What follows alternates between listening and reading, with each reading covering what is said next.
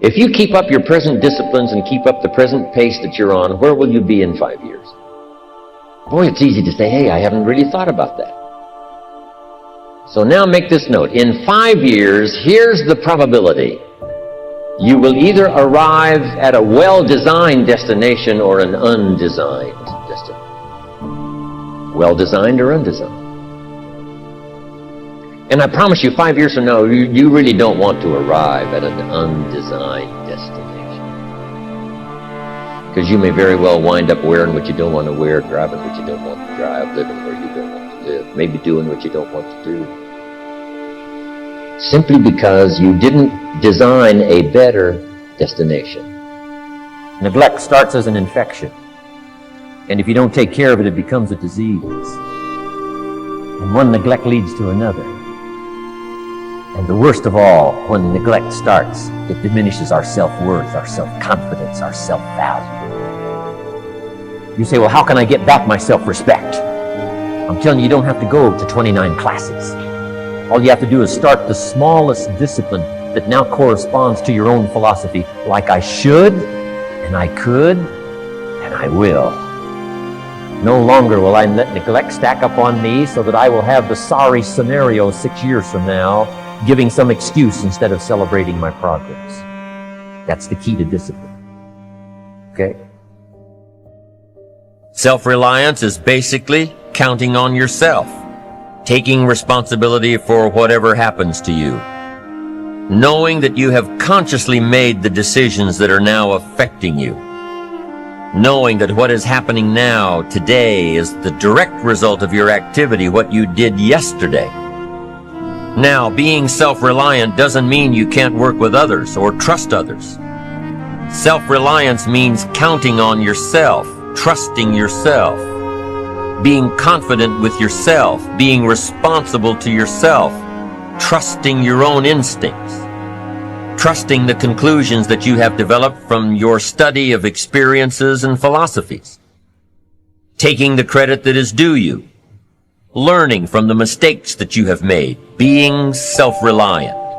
Self-confidence also comes from the ability to rise above your circumstances.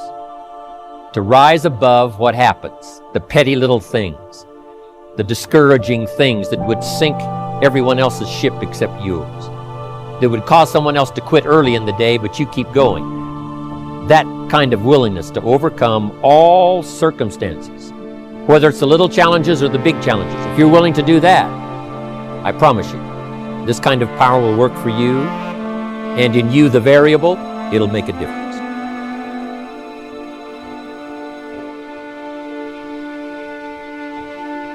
Notice how you feel.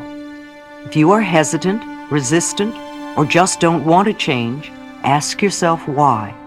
What old belief are you holding on to? This is not a time to scold yourself. Just notice what is going on and what belief rises to the surface. That is the one that has been causing you a lot of trouble. Can you recognize where it came from? When we do our affirmations and they don't feel right or nothing seems to happen, it's so easy to say, oh, affirmations don't work. It's not that the affirmations don't work. It's that we need to do another step before we begin the affirmations. Repeated patterns show us our needs. For every habit we have, for every experience we go through over and over, for every pattern we repeat, there is a need within us for it. The need corresponds to some belief we have. If there were not a need, then we wouldn't have it, do it, or be it.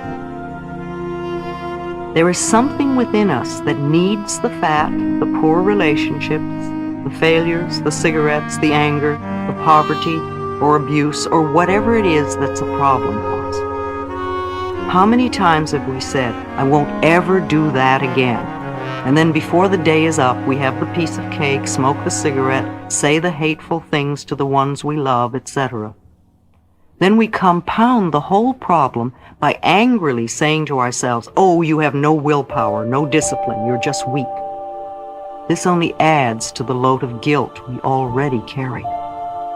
It has nothing to do with willpower or discipline. Whatever we are trying to release in our lives is just a symptom, an outer effect.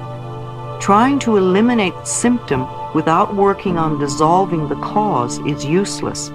The moment we release our willpower or discipline, the symptom crops up again. I say to clients, there must be a need in you for this condition or you wouldn't have it.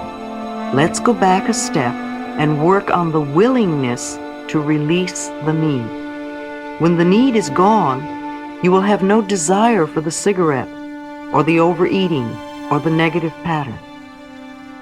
One of the first affirmations to use is, I am willing to release the need for the resistance or the headache or the constipation or the excess weight or the lack of money or whatever. Say, I am willing to release the need for. If you are resisting at this point, then your other affirmations cannot work.